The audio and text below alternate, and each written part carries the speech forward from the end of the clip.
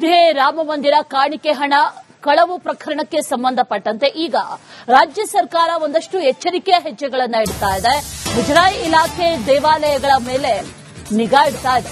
ಪ್ರತಿ ದೇವಸ್ಥಾನಗಳಲ್ಲೂ ಕೂಡ ಸಿಸಿ ಕ್ಯಾಮೆರಾವನ್ನು ಅಳವಡಿಕೆ ಮಾಡಲಾಗ್ತಾ ಇದೆ.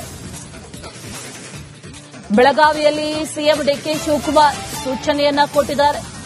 ಸಿಸಿ ಕ್ಯಾಮೆರಾಗಳು 24/7 ಕಾರ್ಯನಿರ್ವಹಿಸಬೇಕು, ಭಕ್ತರ ಕಾಣಿಕೆ ಮೇಲೆ ನಿಗಾ ವಹಿಸಲಾಗುತ್ತೆ ಅನ್ನುವಂಥದ್ದನ್ನ ಈಗ ಡಿಕೆ ಶಿವಕುಮಾರ್ ಹೇಳಿರೋದು.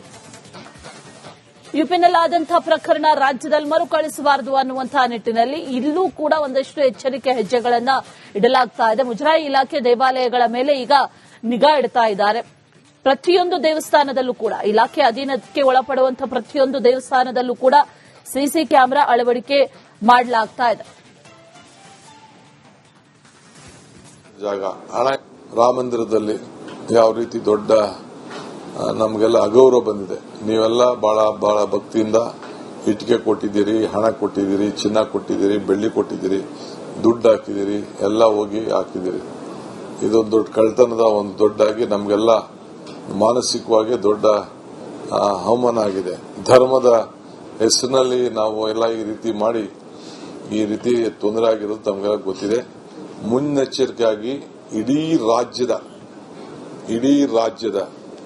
ಎಲ್ಲ ನಮ್ಮ ಮುಜರಾಯಿ ದೇವಸ್ಥಾನಗಳಲ್ಲಿ ಕಡ್ಡಾಯವಾಗಿ ಆ ದೇವಸ್ಥಾನದ ಒಳಗಡೆ ಗೋಲ್ಕದ ಎದುರುಗಡೆ ಸಿಸಿಟಿವಿಯನ್ನ ಅಳವಡಿಸಬೇಕು ಮತ್ತು ಆ ಸಿಸಿಟಿವಿ ಕಲೆಕ್ಷನ್ ಓಪನ್ ಮಾಡುವಂತ ಜಾಗ, ಹಣ ತೆಗೆಯುವಂತ ಜಾಗ, ಹಣ ಎಣಿಸುವಂತ ಜಾಗ ಎಲ್ಲ ಕೂಡ ಪೊಲೀಸು ಎಸ್ಪಿ ಕಚೇರಿಗೆ ಅಲ್ಲಿ ಆ ಸಂಬಂಧಪಟ್ಟಂತ ತಾಲೂಕ್ ಸರ್ಕಲ್ ಇನ್ಸ್ಪೆಕ್ಟರ್ ಕಚೇರಿಗಾಗಲಿ ನೇರವಾಗಿ ಮತ್ತು ಡೆಪ್ಟಿ ಕಮಿಷನರ್ ಕಚೇರಿಗಳಿಗೆ ಒಂದು ಲೈನ್ ಅನ್ನ ನಮ್ಮಲ್ಲಿ ಯಾವ ರೀತಿ ಕಂಟ್ರೋಲ್ ರೂಮ್ ಇಟ್ಕೊಂಡಿರ್ತೀವಿ ತಾವೆಲ್ಲ ಗಮನಿಸಿದಿರಿ.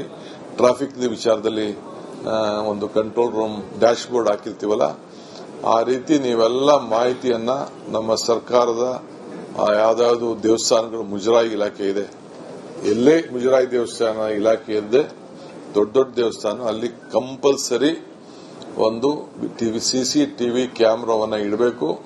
ಪ್ರತಿಯೊಂದು ಹಣ ಕಲೆಕ್ಟ್ ಮಾಡುವಾಗ, ಕೂಡಿಸುವಾಗ, ಬೀಗ ತೆಗೆಯುವಾಗ, ಬೀಗ ಮುಚ್ಚುವಾಗ ಯಾವಾಗಲೂ ಕೂಡ 24/7 ಆ ಕ್ಯಾಮೆರಾ ಆನ್ ಆಗಿರಬೇಕು.